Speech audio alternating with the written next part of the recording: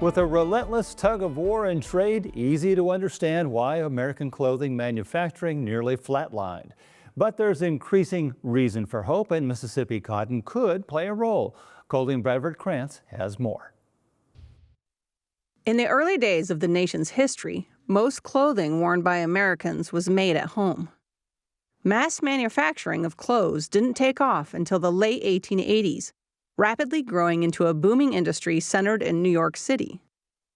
Apparel companies soon began to crop up elsewhere, including in distant rural communities with a nearby supply of cotton or with other industries whose workers needed certain types of clothing. We started in 1903. Shawnee, Oklahoma was a big railroad town at the time. It had two different railroads, the Rock Island and the Santa Fe railroads both met here. And the railroad workers needed something to wear, and so we got started by producing jeans for the railroad workers to wear. In recent decades, however, the once thriving U.S. clothing industry has undergone a disheartening historic shift. 30 years ago, there were more than 741,000 production employees below the level of supervisor. That number has since slid over 92%.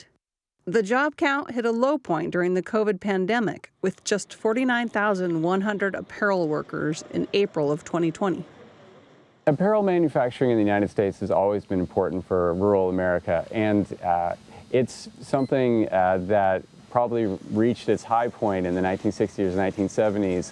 And since then, we've really been losing a lot of apparel factories, the majority of them. However, there is reason for cautious optimism. Other than that dip during COVID, the industry's apparel manufacturing employment levels may have begun to level off in recent years, hovering around 65,000. What has been left behind is a kind of camaraderie among those who survived a period when most clothing manufacturing moved overseas.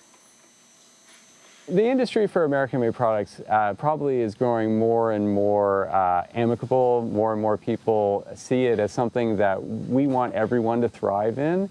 And so probably in the 60s and 70s, you had a lot more competition where people were fighting and actually trying to steal sales from other people.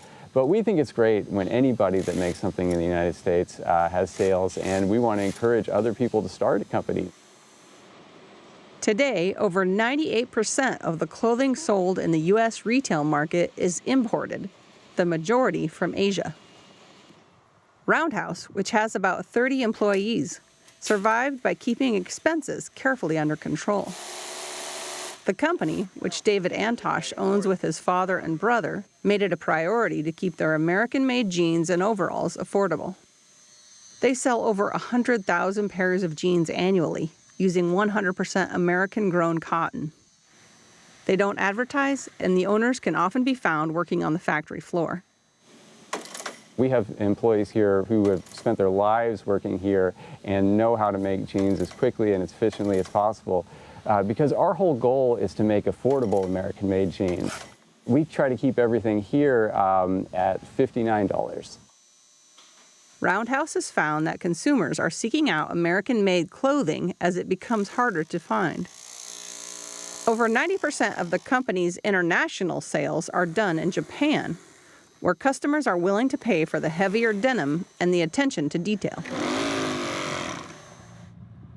700 miles to the north, Fox River Mills in northern Iowa continues to manufacture its socks and other apparel in the community of Osage, which has a population of about 3,500.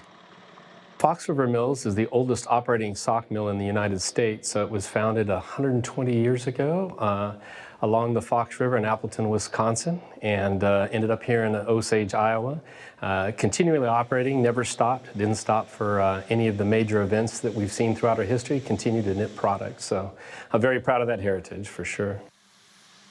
Warren says their niche market of specialty and high-quality socks, ranging from military to high-tech to casual, as well as knitting products for other companies, has helped them survive. With the globalization of trade and trade agreements and the impacts of those through the 80s and 90s, we saw a lot of filter offshore, and you fast forward to today, I think maybe only 3% or somewhere in that range is apparel is manufactured in the United States. So dramatic change, certainly a global economy, certainly a competitive open market for the most part. Fox River relies on the town and surrounding area to keep their 170-person workforce strong as they turn out 5 million pairs of socks annually. In turn, the town counts on those Fox River jobs to help keep the area economically viable. A lot of apparel manufacturing started in small town America, and you see a lot of that in the Southeast. Through Alabama, the Carolinas, you see small town America with manufacturing plants that sustain those communities and sustain those families for many, many years. Some towns that still have manufacturing, but it's just a fraction of what it used to be. Both Roundhouse and Fox River struggle to find experienced workers in rural areas with smaller populations. However, smaller communities do provide some marketing benefits. One example would be our knit in Iowa is really the moniker that we claim. We're made in the USA and we're knit in Iowa, and we're very proud of that heritage. And you can create, an identity, which we have over the course of many decades, that connects and resonates with many consumers. Both companies are hopeful due to the hint of a small resurgence in U.S. apparel manufacturing. It's not huge, but you're seeing a lot of smaller entrepreneurial operations that are coming into, in some cases, abandoned locations that still have old equipment, and renovating that equipment and establishing brands and establishing a brand proposition around specialty. And should the U.S. apparel industry continue to grow stronger, Fox River and Roundhouse expect to be right there pushing the needle for another 100 years. So not all the news is good, but there's hope for a continued resurgence, and Mississippi will certainly play a role in that growth.